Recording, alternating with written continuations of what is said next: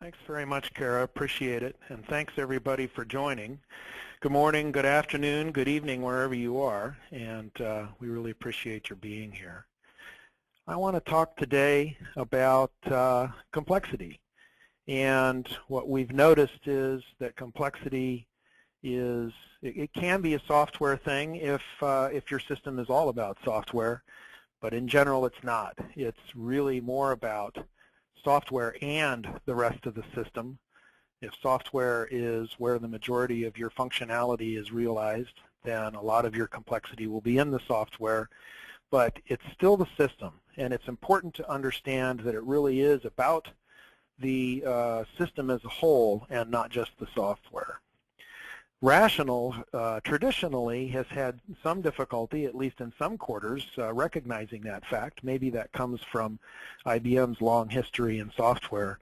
But we still feel like we have solutions that will help with systems development, not just with software development. So I wanted to discuss a little bit about what I mean in terms of the problem. And understanding of how it might be solved, and provide a little bit about what the solution elements are. So many of you have long years of experience with these kinds of issues.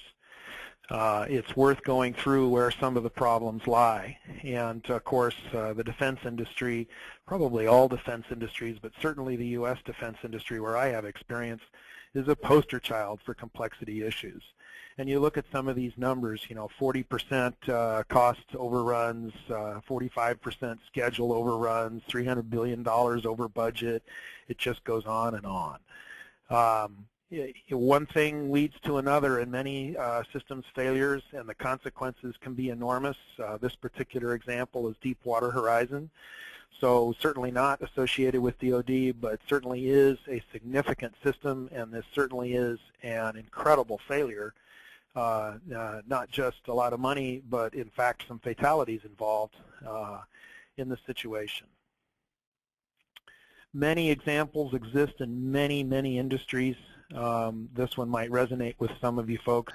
This is a fairly simple electronics retailer. This is a diagram of the applications in their enterprise architecture.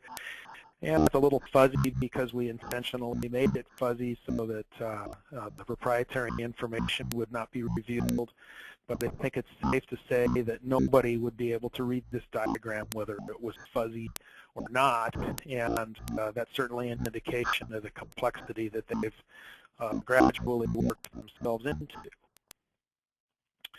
Automobiles are a really good example of complexity. More and more of automobile functionality is getting very sophisticated. Much of it's being implemented in software. In fact, the line that's drawn here is the existing software functionality in terms of the lines of code and a projection out to 2020. It seems to be growing very rapidly. This is certainly a lot different than for most of the folks in the audience with a little bit of experience. I came into the industry in 1977, and we didn't have cars doing any of the things that they're doing now.